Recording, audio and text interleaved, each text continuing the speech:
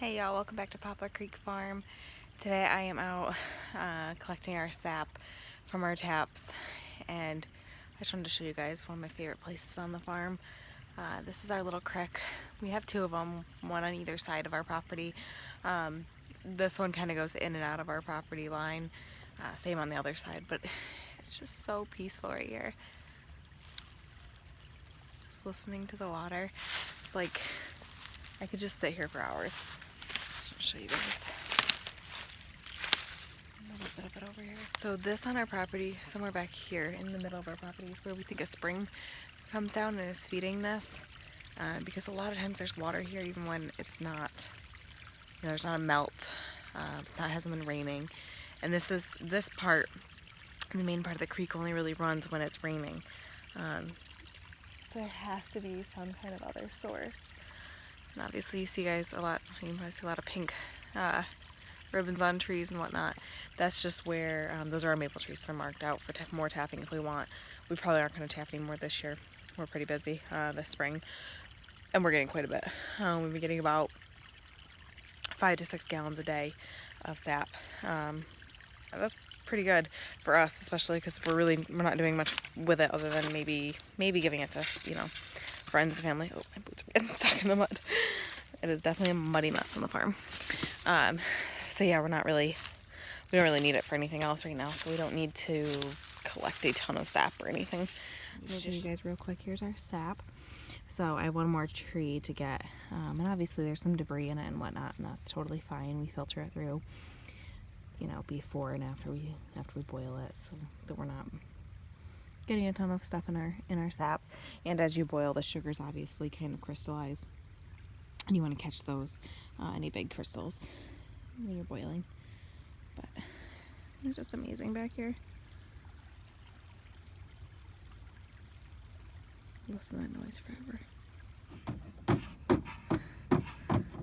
Here's my littlest one, enjoying this beautiful weather we're having today. Probably got up to around 50, which is warm for New York, especially in March. What are you doing, crazy? We were really busy today, moving more and more gravel. We're getting it almost all done. So this was all gravel pad. Obviously there's still bits here and there, but we'll cover this with topsoil anyways. And we're leaving a path over here to walk up, but majority of it is moved onto the driveway. It's just such a pretty evening. Can't wait to see this all filled in with my garden. And my orchard over here.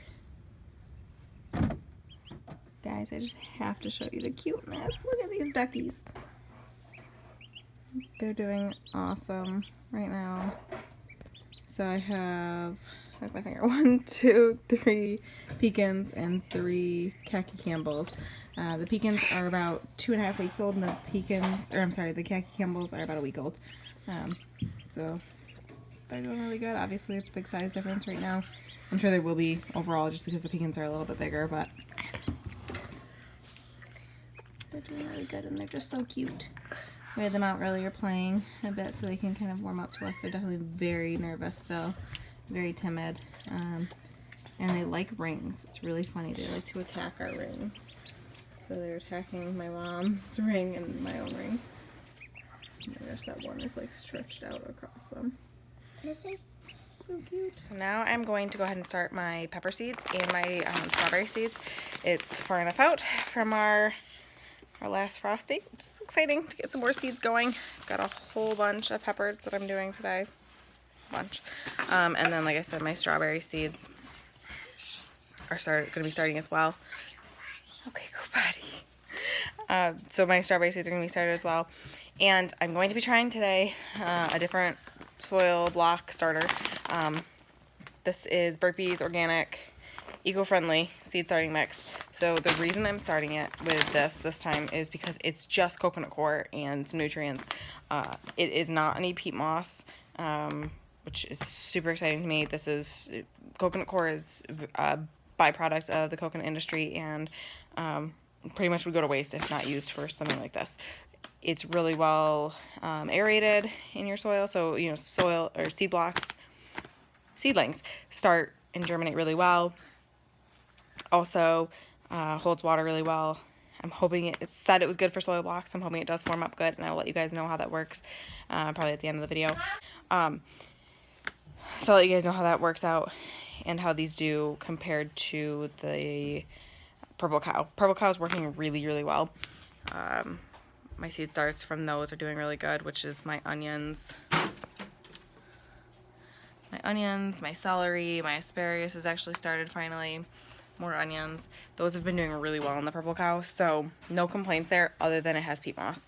So I'm going to try to get away from that. So I'm really hoping this burpees works good, and I will let you guys know how it works. Alright, so the burpees soil starting mix with coconut coir definitely worked really well.